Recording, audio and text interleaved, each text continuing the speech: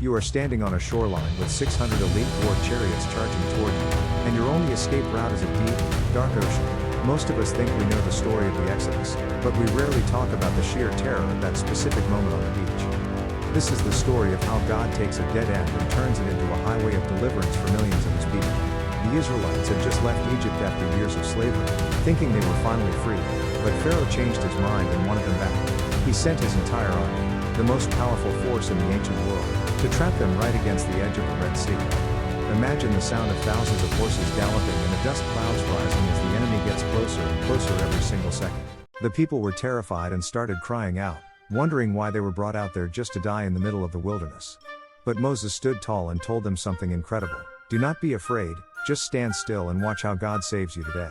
Then, God told Moses to move forward and lift his wooden staff over the water, and something impossible started to happen in the dark.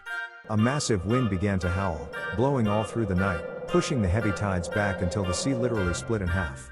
We are talking about towering walls of water on both sides, held back by an invisible hand, creating a path through the deep.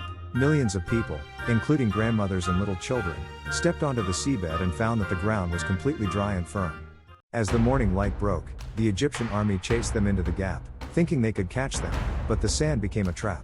Their chariot wheels started falling off and their horses panicked as the ground turned to mud beneath the weight of their heavy armor.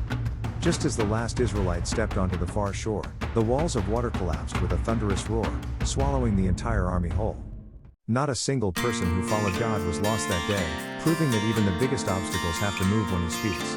Your biggest problem right now might feel like a massive sea, but remember that God specializes in making paths through the impossible waves. He is still the God of deliverance, and he is still fighting for you today, even when you feel like you're cornered.